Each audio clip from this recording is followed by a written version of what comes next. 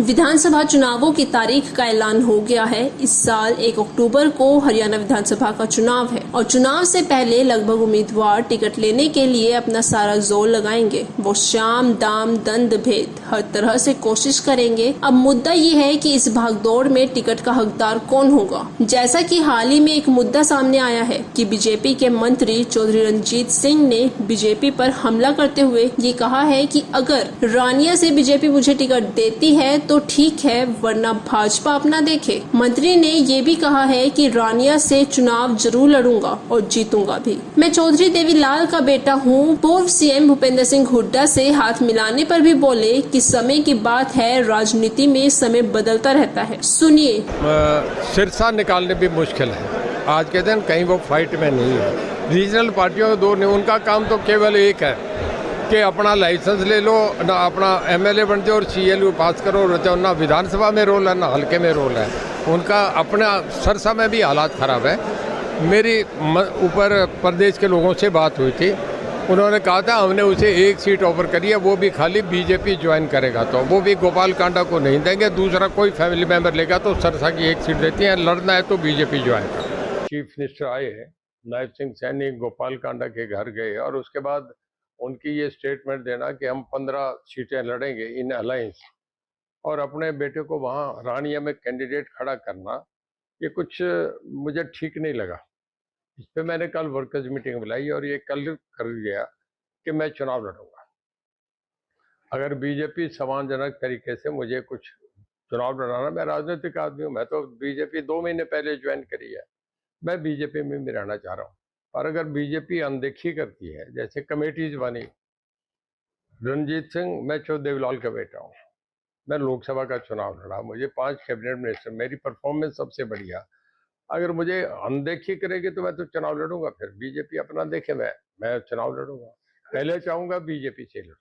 अगर बीजेपी अनदेखी करती है तो क्या आप अपने पुराने मित्र जो भूपेंद्र सिंह हुड्डा रहे हैं, अपने मित्र कहते रहे हैं, वो भी कहते हैं कि मेरे मित्र है, क्या उनसे हाथ मिलाएंगे या निर्दलीय आप चुनाव लड़ेंगे? देखिए, ये समय और परिस्थितियां आपकी भूमिका तय करती है। मैं कैसे लड़ूं, पिछली बार मैं इंडिपेंडेंट लड़ा, सपोर्टर मेरे साथ है, मेरा वोट बैंक मेरे साथ है, मेरा चुनाव लड़ना निश्चित। तो सुना आपने, उन्होंने सीएलयू का भी मुद्दा उठाया है। और आपको बता दे कि रंजीत चौटाला के इस जुबानी हमले के बाद गोपाल कांडा ने भी अपना मोर्चा खोल दिया है। चौधरी रणजीत सिंह पर हमला करते हुए उन्होंने कहा कि चौधरी रणजीत सिंह का 90 सीटों पर जनाधार नहीं, 90 सीटों पर बंटाधार है और रंजीत चौटाला ने हिसार की जीती हुई सीट भी हरवा दी। और उन्होंने ये भी कहा कि अगर उन्होंने रानिया सीट पर गलती से भी पंगा ले लिया तो उनकी जमानत जब्त होगी। और सीएलयू के मुद्दे पर भी उन्होंने रंजीत चौटाला को चुनौती दी है। सुनिए।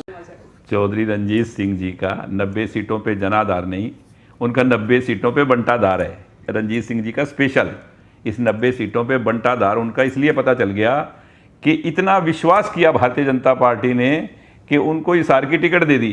वहाँ भी क्या हुआ कि जीती जिताई हिसार की सीट उन्होंने खो दी और बाद में मुझे कुलदीप ने हरवा दिया, उसने हरवा दिया, जो इनकी आदत है। ठीक है ना, ये हमेशा ही ऐसे ही करते हैं। इनका जनाधार क्या है, इनको कोई लाइक नहीं करता कहीं भी। और रानिया में अगर इन्होंने भूले से आज़ाद का या कैसे भी पंगा ले लिया तो इनकी जमानत जब्त होगी। उनको मालूम ही नहीं है सीएलयू क्या होता है। ठीक है ना, अगर वो 10 साल के अंदर माननीय मनोहर लाल जी खट्टर जी की सरकार में 10 साल में गोपाल कांडा का एक भी सीएलयू साबित कर दें तो वो मैं उन्हीं को दे दूंगा कि ये लो, आप ही रख लो ये। उनको पता नहीं है कुछ भी, वो बैकी बातें कर रहे हैं। क्योंकि हरियाणा लोकहित पार्टी ने रानिया सीट पे हमारी जीत निश्चित है, क्योंकि लोगों ने 8-7 बार में कम से कम एक बार इनके हाथ लग गई कोई, वो भी अजय सिंह जी ने, अभय सिंह जी ने, पूरे परिवार ने इनकी मदद कर दी और रानिया सीट ये जीत गए। तो ये सोच रहे हैं मैं बहुत बड़ा नेता बन गया।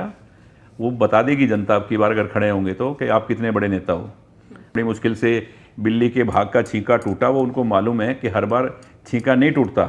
ठीक है, जिस पार्टी के साथ रहे, जिसने इनको कैबिनेट मंत्रालय दिया, उसी के बारे में अगर सीट नहीं मिलेगी तो मैं छोड़ दूंगा, ये इनकी फितरत है। बच्चा सिपाही 1 मिनट में हो गया दूर कि ये बातें करते हैं बड़ी बड़ी, इनके पास कुछ नहीं है। तो सुना आपने दोनों को, तो अब आपको क्या लगता है कि क्या बीजेपी रंजीत चौटाला को रानिया से टिकट देगी या नहीं? अगर नहीं देती है तो क्या वो कोई और पार्टी ज्वाइन करेंगे, और अगर करेंगे भी तो कौन सी? क्योंकि अगर वो कांग्रेस ज्वाइन करते हैं तो क्या उन्हें वहां से टिकट मिलेगी? क्योंकि वहां से कुल 27 उम्मीदवार हैं, जिनमें से पत्रकार सर्वमित्र कंबोज भी वहां से टिकट के दावेदारों में से एक है। क्या इनके बीच आगे जाकर मुकाबला देखने को मिल सकता है? इस मुद्दे पर आप क्या कहेंगे? कमेंट करके अपनी राय जरूर दीजिएगा।